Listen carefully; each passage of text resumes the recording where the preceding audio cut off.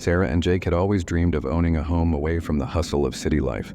So when they found the old colonial house on Hollow Creek Lane, they thought they had found their perfect escape. Nestled in a quiet, wooded area, the house had charm, character, and plenty of space for the growing family they hoped to start. It was old, but that only added to its appeal. The price was also a steal, which they brushed off as pure luck. The first few days in the house were peaceful. The couple spent their time unpacking, painting walls, and making the house their own. But Sarah couldn't shake the feeling that they weren't alone. From the moment she set foot inside, she felt watched. At first, she chalked it up to nerves, adjusting to a new space and being away from the familiar. But then strange things started happening. It began with small, seemingly innocent occurrences. Doors left open, lights flickering, and the sound of footsteps when no one was there. Sarah, being the more sensitive of the two, felt the atmosphere in the house shift. There was a heaviness in the air, especially at night, as though something unseen was lurking in the shadows. Jake was less convinced. He had always been pragmatic, and despite Sarah's growing unease, he assured her that old houses made noises and that their imaginations were getting the better of them. Yet Sarah couldn't ignore the growing sense of dread that gnawed at her every time she walked down the long hallway leading to the basement. One evening, while unpacking some boxes in the living room, Sarah heard a voice. It was faint at first, like a distant whisper, but clear enough to catch her attention. She turned toward the source, thinking Jake had come into the room, but no one was there. The whispering continued, soft and indecipherable. She stood still, heart pounding, trying to make out the words. The voice seemed to come from inside the walls, drifting from one end of the room to the other. Sarah's skin prickled with fear. She quickly brushed it off, telling herself it was just the wind or some sort of draft. But deep down, she knew something was wrong. Later that night, after Sarah had gone to bed, the whispers returned, louder this time. She woke with a start, her heart racing. At first she thought it had been part of a dream, but the voices continued, surrounding her in a hushed cacophony. She shook Jake awake, her voice trembling as she told him what she had heard. Jake sighed and sat up, listening carefully. "It's just an old house, babe. The walls are probably settling. You're letting your imagination run wild." But Sarah wasn't convinced. The voices weren't random. They had a rhythm, a purpose, as if someone, or something, was trying to communicate. She lay awake the rest of the night, too afraid to close her eyes. Sarah couldn't shake the feeling that the voices were tied to the house's past. Determined to uncover the truth, she began researching the history of Hollow Creek Lane. What she discovered was unsettling. The house had been abandoned for decades before they bought it. Previous owners had left suddenly without explanation, and the property had gone unsold for years. There were rumors about the place, whispers of strange occurrences, disappearances, and a tragedy involving a family who had once lived there. Despite her growing fear, Sarah felt compelled to investigate further. There was one part of the house she had avoided since moving in, the basement. Something about it unnerved her. The door was always cold to the touch, and whenever she passed by, she felt an overwhelming sense of dread. One rainy afternoon, while Jake was at work, Sarah mustered the courage to explore the basement. She grabbed a flashlight and opened the door, wincing as it creaked on its hinges. The stairs descended into darkness, and as she made her way down, the air grew colder, heavier. Her breath came out in visible puffs, and she shivered despite the layers she wore. The basement was cluttered with old furniture and dusty boxes. As she walked deeper into the room, her flashlight flickered, casting eerie shadows on the walls. Then, something caught her eye. A small, rusted door hidden behind a stack of old crates. It was locked, but the padlock looked weak and corroded. Without thinking, Sarah grabbed a nearby hammer and broke the lock. The door swung open with a creak, revealing a narrow passageway that led deeper into the earth. Her heart pounded as she shined her flashlight into the dark tunnel. Unsure if she wanted to know what lay beyond, Sarah followed the passageway, her footsteps echoing in the narrow corridor. The air grew even colder as she ventured deeper into the darkness. After what felt like an eternity, she came upon a small room at the end of the tunnel. It was windowless, lit only by the beam of her flashlight, and the walls were covered in strange, intricate symbols carved into the stone. In the center of the room stood a single wooden chair, old and rotting. Chains hung from the ceiling, attached to the arms and legs of the chair as though someone had been bound to it. Sarah's stomach churned as a sense of overwhelming dread washed over her. What had happened in this room, and why was it hidden away beneath their home? Before she could investigate further, a sudden gust of wind blew through the room, extinguishing her flashlight. Panic seized her as she fumbled in the darkness, trying to reignite the light, but it was no use. The darkness pressed in around her, thick and suffocating, and then she heard it. The whispers. They were louder now, echoing off the walls, surrounding her. The words were still unintelligible, but the tone was clear. Angry, desperate. Sarah felt a cold hand brush against her arm, and she screamed, stumbling backward. She could feel the presence of something, or someone, in the room with her, and it wasn't friendly. Terrified, she turned and fled, scrambling back through the tunnel and up the basement stairs. She slammed the door shut behind her, her heart racing. She could still hear the whispers, faint but persistent, seeping through the walls of the house. Sarah knew now that the house was haunted by something malevolent, something tied to the hidden room in the basement. She tried to tell Jake, but he was still skeptical. He hadn't experienced the voices, the cold touch, or the overwhelming sense of dread that had become Sarah's constant companion. But things escalated quickly. Objects in the house began to move on their own. Doors slammed shut. Pictures fell off the walls, and the lights flickered incessantly. The whispers grew louder, angrier, and Sarah began to see shadowy figures out of the corner of her eye. Every time she turned to look, they vanished, but the sense of being watched never left her. One night, as they sat down to dinner, the temperature in the room plummeted. The lights flickered and went out, plunging them into darkness. Jake tried to stand, but something unseen shoved him back into his chair with a force that left him breathless. "Do you believe me now?" Sarah whispered, her voice trembling. Jake nodded, his eyes wide with fear. They both heard it then. The voices, clear and unmistakable, whispering in a language neither of them understood. The air grew thick, suffocating, and the shadowy figures appeared again, this time lingering at the edges of the room. The house had come alive with malevolent energy, and it was no longer content to stay hidden. Whatever was in the walls in the basement had been awakened, and it wasn't going to rest until it had claimed them both.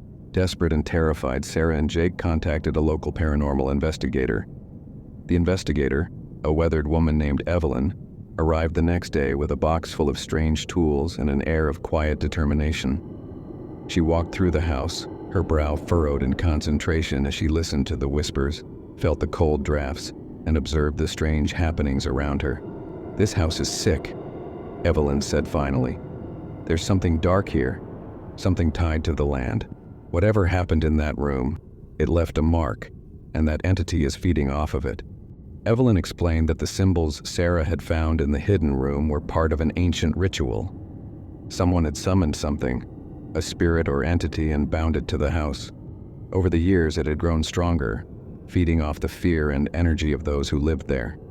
The only way to rid the house of the entity was to perform a cleansing ritual, but it wouldn't be easy.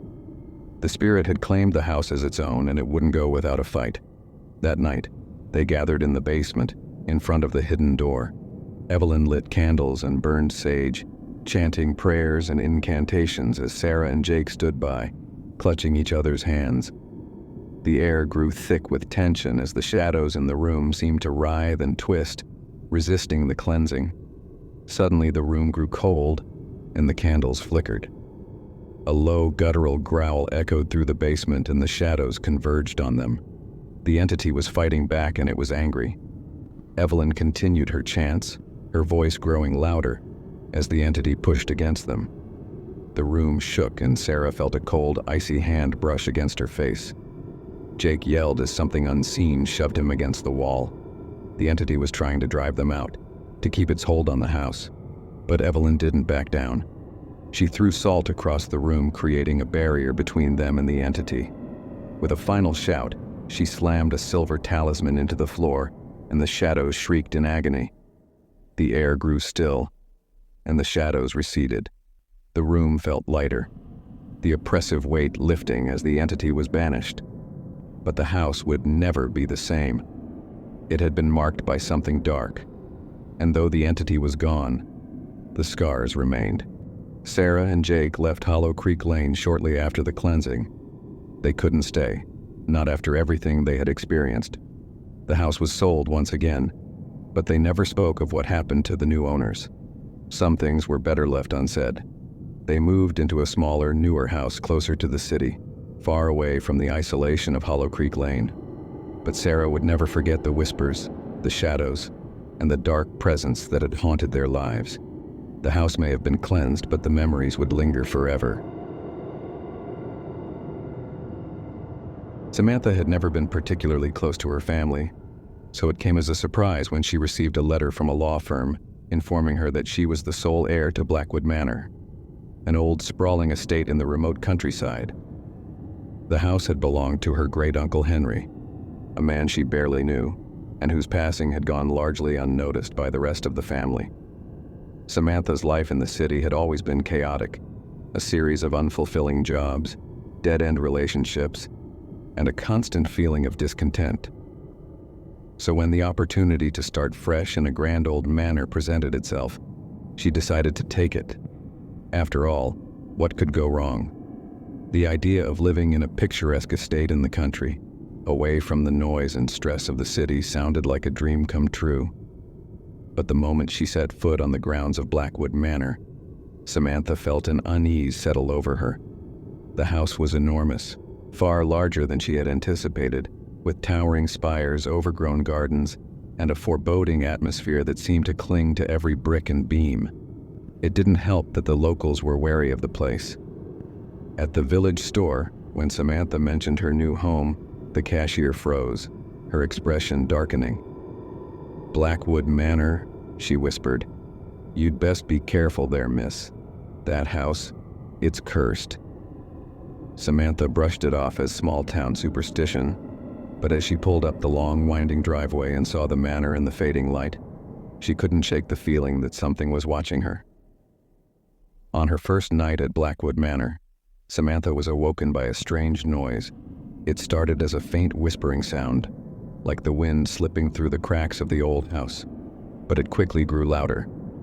It was as though someone, or something, was walking through the halls, pacing just outside her bedroom door. Samantha sat up in bed, her heart racing. She strained her ears, listening intently. The footsteps were slow, deliberate, and they seemed to be coming closer. Gathering her courage, Samantha grabbed the flashlight she had packed and quietly slipped out of bed. The hallway was dark, the air cold despite it being the middle of summer. She shivered, telling herself it was just her imagination. After all, old houses made noises, right? But as she descended the grand staircase, the footsteps continued, this time from above.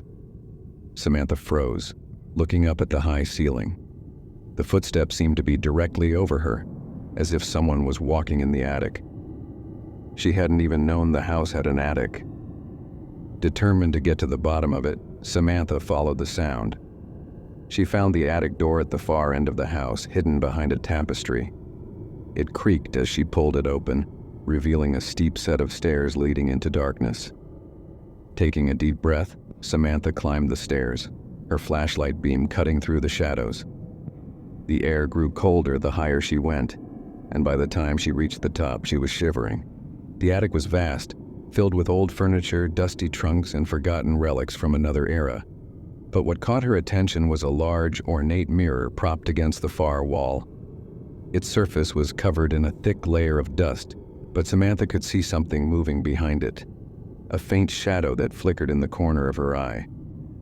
Before she could investigate further, the footsteps stopped. The house fell into an eerie silence, and Samantha quickly left the attic, her heart pounding in her chest. As the days passed, the strange occurrences at Blackwood Manor became more frequent. Doors would open and close on their own. Objects would move from one room to another, and the whispering sounds at night grew louder. Samantha tried to rationalize it, convincing herself that the house was just old and creaky, but deep down, she knew something was wrong. One evening, while exploring the manor, Samantha discovered something unexpected. Behind a large, dusty bookshelf in the library, she found a hidden door. It was small, almost child-sized, and had been sealed shut for what appeared to be years. Her curiosity piqued. Samantha pried the door open. The hinges groaned as the door swung inward, revealing a narrow staircase leading down into darkness. Samantha hesitated. She had no idea where the stairs led or what she would find at the bottom, but something compelled her to go down. Taking a deep breath, she grabbed a candle from a nearby shelf, lit it, and descended into the unknown. The staircase was steep, and the air grew damp and musty the further she went. When she reached the bottom, she found herself in a small stone-walled room that looked like it hadn't been touched in decades. In the center of the room was a large wooden chest. It was old, the wood cracked and splintering, but something about it drew Samantha closer. She knelt down and carefully lifted the lid, revealing a collection of old, leather-bound journals. They belonged to her great-uncle Henry. As she leafed through the pages, Samantha's blood ran cold. The journals were filled with accounts of strange occurrences at Blackwood Manor, the same noises, the same shadows, and the same eerie feelings she had been experiencing. But what was even more disturbing was that Henry had written about a room in the house, a room that didn't exist on any of the floor plans, a room that moved. Samantha couldn't shake the unsettling feeling that her great-uncle's journals had left her with. The idea of a room that moved was ridiculous, but the more she thought about it, the more it made sense. The strange noises, the feeling of being watched, the hidden doors, it all pointed to something beyond the normal world. Determined to uncover the truth, Samantha spent the next few days combing through every inch of the manor. She examined every wall, every door, every creak in the floorboards, searching for any sign of the moving room. It wasn't until she returned to the attic that she found it. As she stood in front of the ornate mirror, something caught her eye, a faint crack running along the wall behind it. The more she stared at the mirror, the more she realized that it wasn't just a mirror. It was a doorway. Her heart pounding, Samantha pushed against the mirror. At first it didn't budge, but after a few moments of force it slowly swung open, revealing a narrow passageway. The air inside was cold, and the darkness seemed to stretch on forever. Samantha hesitated for only a moment before stepping inside. As she made her way down the passage, she could feel the walls shifting around her, the space warping and changing with each step. When she finally reached the end, she found herself in a room unlike any other in the house. It was small and dimly lit, with walls covered in old, faded wallpaper. In the center of the room was a large wooden chair, and sitting in the chair was a figure, her great-uncle Henry, except it wasn't him. It was his body, withered and decayed, as if he had been sitting there for years. Samantha gasped, stumbling backward. She had no idea how Henry's body had ended up in the room or why no one had ever found him. But as she turned to leave, she saw something even more terrifying. The room was moving. Samantha barely made it out of the moving room before the walls closed in behind her. She raced down the passageway, her heart pounding in her chest, her breath coming in ragged gasps. By the time she reached the attic, she was trembling with fear. She knew now that Blackwood Manor wasn't just haunted. It was alive. Over the next few days, Samantha tried to piece together the truth. She spent hours poring over her great-uncle's journals, searching for any clues that might explain what was happening. What she found was a horrifying revelation. Blackwood Manor had a dark history, one that stretched back centuries. The house had been built on cursed land, and over the years its owners had been tormented by strange, supernatural forces. The moving room was at the center of it all, a room that trapped the souls of those who lived in the house, feeding off their fear and slowly driving them mad. Samantha realized that her great-uncle had been the house's latest victim. He had discovered the truth, but by then, it was too late. The house had claimed him, just as it had claimed others before him. And now it wanted her. Samantha knew she had to leave Blackwood Manor. The house was too dangerous, too powerful.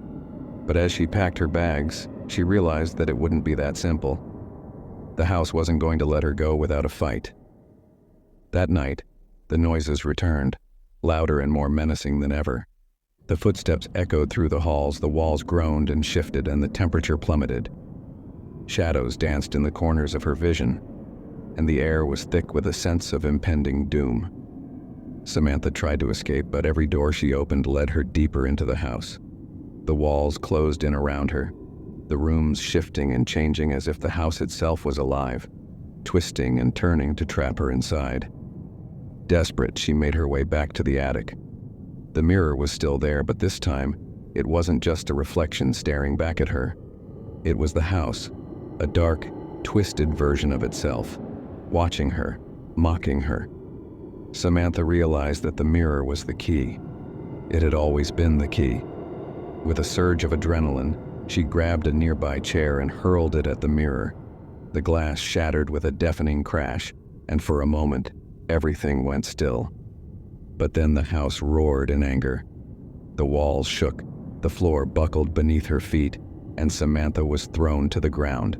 She scrambled to her feet, her heart racing as she sprinted for the front door. This time it was open. Samantha didn't look back as she ran out of Blackwood Manor and into the night. She didn't stop until she was far away, the manor nothing but a distant silhouette on the horizon. She never returned to Blackwood Manor.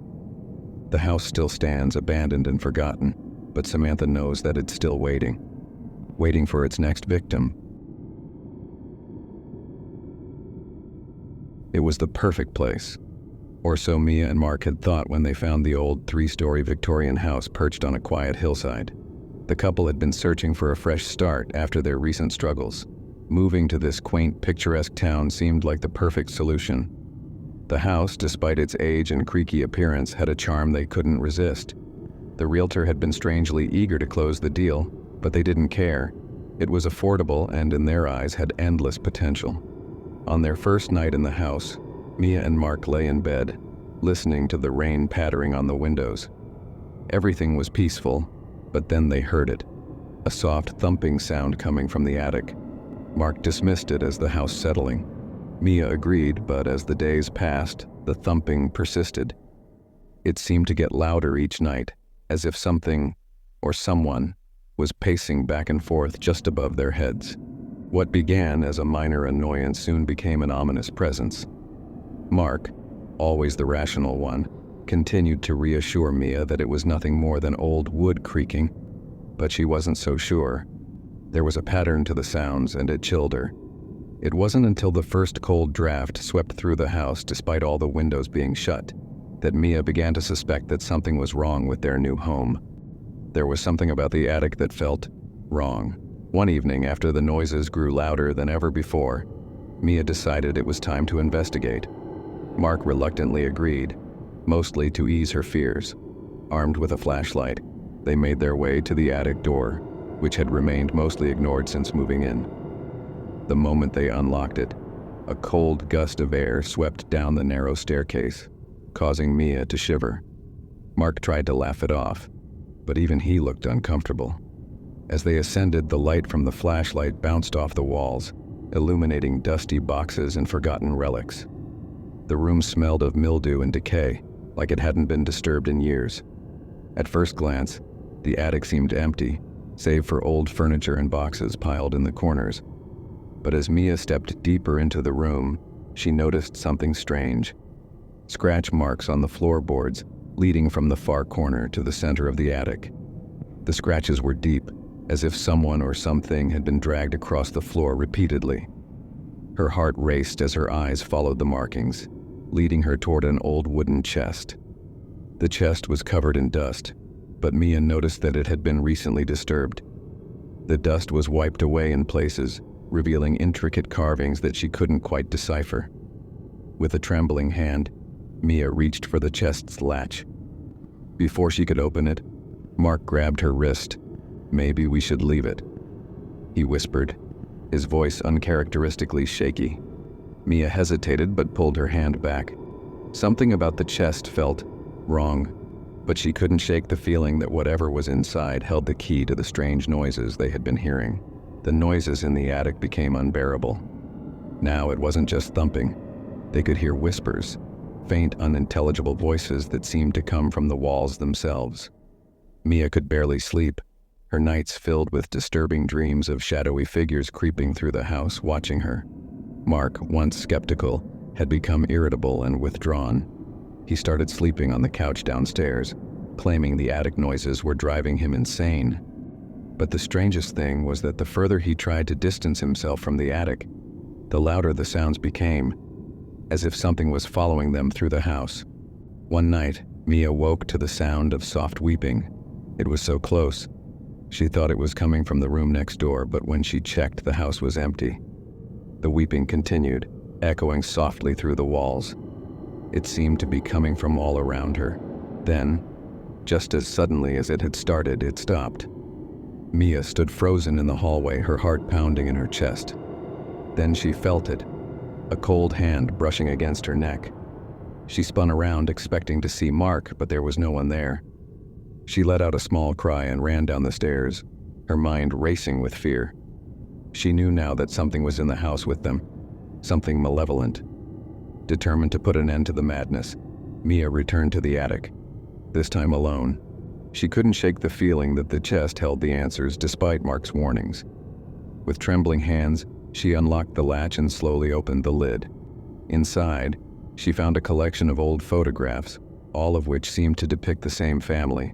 The father was tall and stern-looking, the mother, a delicate woman with sad eyes, and the children, a young boy and girl, seemed happy at first glance.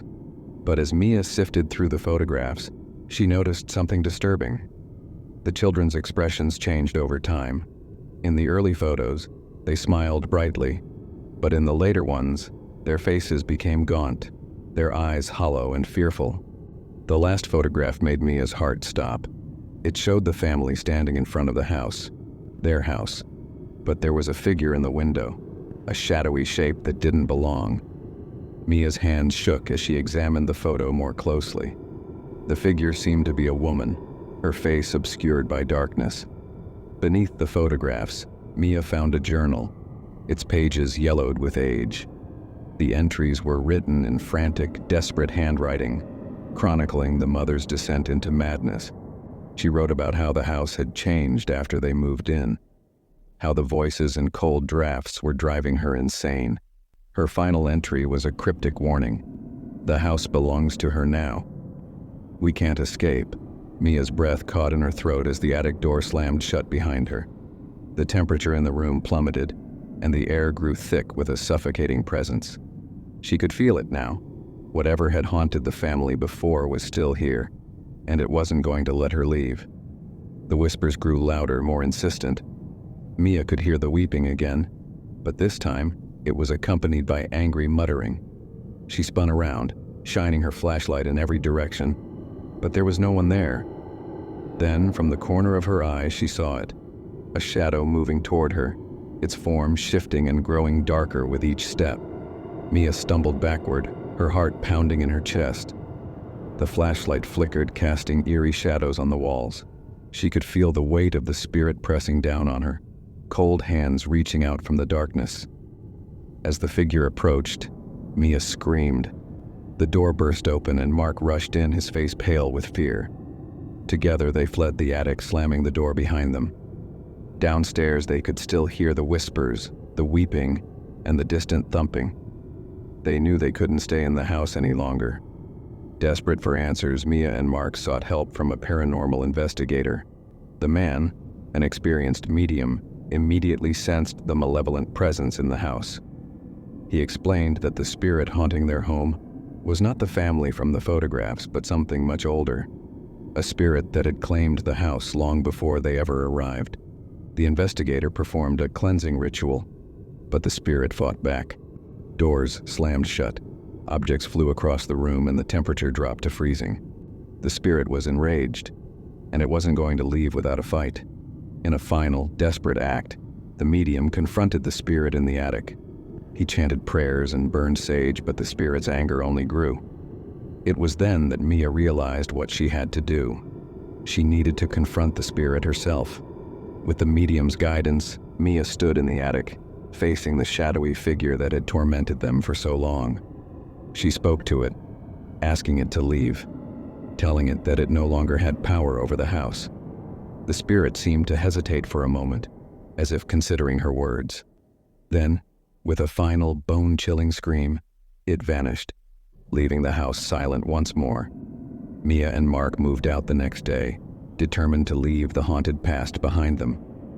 But even after they left, Mia couldn't shake the feeling that the spirit was still watching, waiting for its next victim. It was a dream come true for Laura and Michael when they moved into the small suburban neighborhood of Crestwood Gardens. It was the kind of place they had always envisioned for their family. Quiet streets, well-kept lawns, and friendly neighbors who waved at each other from their front porches. Their house was nestled at the end of a cul-de-sac, with a large backyard for their kids to play in, and a peaceful ambiance that made the stress of their city life seem like a distant memory. From the moment they moved in, everything felt perfect.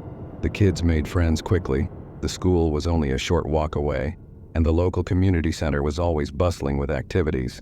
But there was something odd about the house next door. The older couple who lived there kept to themselves, which wouldn't have been unusual except for one thing. They seemed to be disappearing. Laura noticed it first. She would catch glimpses of the couple, Mr. and Mrs. Harris, through the windows. They would be sitting at their kitchen table or standing on their porch. But as soon as Laura tried to wave or call out a greeting, they would vanish, almost as if they had never been there in the first place. It happened so often that Laura began to wonder if her mind was playing tricks on her. Michael, always the skeptic, laughed it off when she mentioned it. They're probably just shy, or maybe they have some kind of weird schedule. Old people can be like that. But Laura couldn't shake the feeling that something was off. The Harris house always seemed cold and dark, the blinds drawn tightly shut, and no one ever came or went. Then one day, the couple disappeared altogether, and no one in the neighborhood seemed to notice. As the weeks passed, Laura became more concerned. She hadn't seen Mr. or Mrs. Harris in over a month. Their mailbox was overflowing with letters, and their lawn had grown wild and unkempt, in stark contrast to the pristine yards of the other houses in the neighborhood. It was as if time had forgotten them. When Laura asked around, no one seemed to have any answers. The neighbors either didn't know or didn't care. Some shrugged it off, saying that the couple probably went on an extended vacation. But Laura knew better. She had seen the way they disappeared. It wasn't natural. Driven by curiosity and a growing sense of unease, Laura decided to do some investigating of her own. She knocked on the Harris' door several times, but there was no answer. She peered through the windows, but the house was always dark, the rooms empty and still. It wasn't until she spotted something out of place that her unease turned into full-blown terror. One evening, while glancing out of her kitchen window, she saw a light flicker on inside the Harris' house. It was brief, only for a moment, but enough to confirm that someone, or something, was still inside. Laura grabbed her phone and quickly texted Michael, who was working late, explaining what she had seen. He told her to stay inside and wait until he got home, but Laura's curiosity was too strong. She couldn't shake the feeling that she was being watched, that something sinister was happening right next door. The day after the light flickered, Laura decided to take matters into her own hands. Armed with a flashlight, she waited until dusk, then quietly made her way to the Harris' backyard. The air was unnervingly still, and as she crept closer to the house, her heart pounded in her chest. She knew she shouldn't be doing this, but something about the situation gnawed at her, compelling her forward. The back door was unlocked. Laura hesitated for a moment before slowly turning the knob and stepping inside. The house was cold, the air stale as though it hadn't been touched in years. Dust covered every surface, and a strange, oppressive silence hung over the place. She walked cautiously through the kitchen and into the living room. Everything was exactly as she had seen it through the windows. The furniture was in place, and nothing appeared to be disturbed. But then she noticed something strange. There were no signs of life. No dishes in the sink, no clutter on the tables, no personal belongings. It was as if the house had been frozen in time. Laura's flashlight flickered, and for a brief moment she thought she saw movement out of the corner of her eye. She spun around, her breath catching in her throat, but there was no one there, just an empty hallway stretching into darkness. As she moved deeper into the house, she found a door leading to the basement. It was slightly ajar, and a faint cold draft wafted up from the depths below. Despite every instinct telling her to turn back, Laura pushed the door open and descended the creaky wooden stairs. At the bottom of the stairs was a small, dimly lit room filled with old furniture and boxes. But what caught Laura's attention was a large antique mirror hanging on the far wall. It seemed out of place, too grand for the dingy basement. As she approached it, she noticed something even more disturbing. Her reflection wasn't alone. Standing just behind her was the faint outline of Mrs. Harris, her face pale and gaunt, her eyes wide with fear. Laura screamed, stumbling backward and dropping her flashlight. When she looked again, Mrs. Harris was gone. After her terrifying experience in the Harris's basement, Laura was reluctant to go back. She told Michael everything that had happened, but he was still skeptical. "Maybe it was just your imagination," he suggested. "You were already freaked out, and old houses can play tricks on your mind." But Laura knew what she had seen. Mrs. Harris had been there, in that mirror, as real as day, and she wasn't alone. There was something deeply wrong with the house, something tied to the neighbor's disappearance. Determined to find out more, Laura began researching the history of Crestwood Gardens. What she discovered sent chills down her spine. Over the years, several families had lived in the Harris house, but none had stayed for long. Each family had mysteriously disappeared without a trace, leaving the house abandoned for years at a time. The locals had their own theories. Some believed the house was cursed, others thought the families had simply moved away in the dead of night. But there was one recurring theme in all the stories: the mirror in the basement. Every family that had lived in the house reported strange occurrences surrounding the mirror. Shadows that moved on their own, reflections that didn't match reality, and whispers that seemed to come from within the glass. Some even claimed that the mirror had the power to trap souls, to pull people into its depths where they would remain forever. Laura's blood ran cold. Was that what had happened to the Harris family? Had they been swallowed by the mirror, their souls trapped in some dark dimension beyond the glass? That night, Laura was haunted by nightmares of the mirror. In her dreams, she saw Mrs. Harris standing on the other side of the glass, her face pressed against the surface, her hands clawing desperately as she tried to escape. But there was something else in the mirror with her. A dark, shadowy figure lurking in the background, its eyes glowing with a malevolent light. When she awoke, her heart was racing, her body drenched in sweat. She knew she couldn't ignore the mirror any longer. If Mrs. Harris was trapped in there, then she needed help. But who could she turn to? No one in the neighborhood believed her, and Michael still thought she was overreacting. Still, Laura couldn't shake the feeling that time was running out. That night, she returned to the Harris house, this time with Michael in tow. Together, they descended into the basement, the air thick with tension. The mirror loomed before them, its surface dark and foreboding. Laura approached it cautiously, her breath catching in her throat as she stared at her reflection. For a moment, everything seemed normal, just her and Michael standing side by side. But then the air shifted, and the temperature dropped. Slowly, Mrs. Harris appeared in the mirror, her face etched with fear. She raised a trembling hand, pressing it against the glass as if begging for help. Laura gasped, backing away, but Michael stood frozen in place, his eyes wide with shock. Suddenly, the shadowy figure appeared behind Mrs. Harris, its glowing eyes fixed on Laura. She could feel its presence, a cold, malevolent energy that seemed to reach out from the mirror, pulling her toward it. Laura knew they had to act fast. If they didn't do something, they would end up just like the Harris family, trapped in the mirror, forgotten by the world. Desperation surged through her as she grabbed Michael's arm and pulled him back toward the stairs. "We have to get out of here," she screamed, her voice echoing in the basement. But as they turned to leave, the basement door slammed shut, trapping them inside.